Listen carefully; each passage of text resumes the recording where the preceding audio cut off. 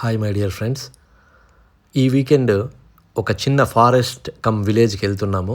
ఎండలు బాగా ఎక్కువయ్యాయి కదా, అలా సరదాగా పొలాల్లో కొంచెంసేపు తిరిగేసి చుట్టుపక్కల నదులు కానీ చెరువులు కానీ ఏమన్నా ఉంటే అలా కొంచెంసేపు స్విమ్మింగ్ చేసుకొని సరదాగా ఈవినింగ్ వరకు గడిపి రిటర్న్ రావాలని బయలుదేరుతున్నాం.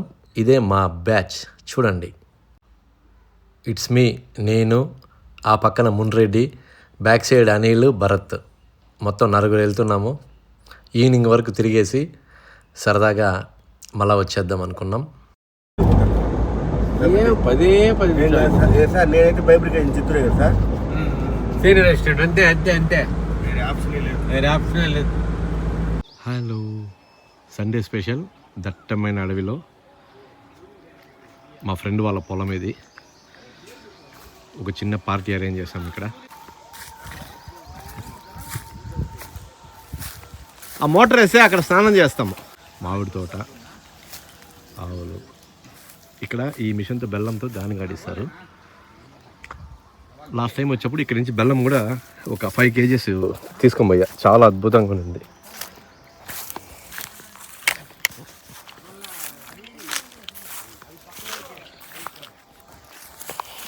ఓకే, నేను ఒక 23 years ముందు ఒక పోస్ట్ పెట్టా ఫేస్బుక్లో. మ్యాక్సిమం 20 years అయి ఉంటుంది. At least weekly once you must enjoy A village life అని. బాగుంటుంది విలేజ్ లైఫ్. ఫోటో చూడండి ఒకసారి, ఫేస్బుక్లో ఉంది. అప్పట్లో తీసిన గంగుడిపల్లి అనే విలేజ్లో ఫోటో ఇది. ఈసారి మామిడికాయల కాపు కూడా తక్కువ లేకుండా అలాగని ఎక్కువ లేకుండా యావరేజ్గా ఉంది. పర్వాలేదు. మా ఫ్రెండ్ ఉద్యోగం అన్నీ ఏమీ లేకుండా ఇక్కడే ఈ తోటలోనే ఉండి ఇక్కడే అన్ని పనులు, పొలం పనులు చూసుకుంటూ ఒక రైతులా జీవనం సాగిస్తున్నాడు. ఇదే మా క్యాంప్ సైట్ ఈరోజు.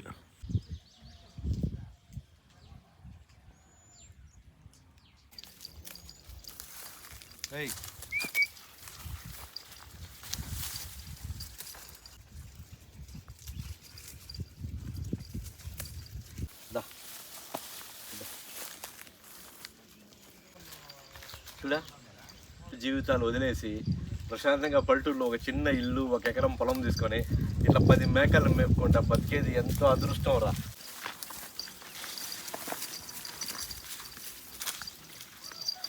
దేశంలో జనాలు మన మాట వింటారో లేదో, ఇదైతే మన మాట వింటుంది.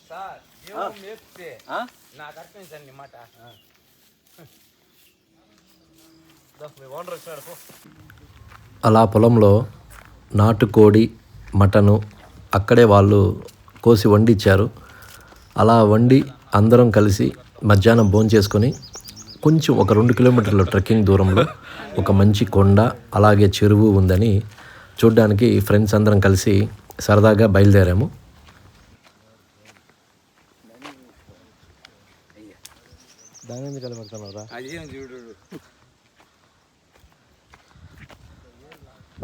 చెరువు ఇది. బా, ఇదేనా ట్రెక్కింగ్ స్పాట్?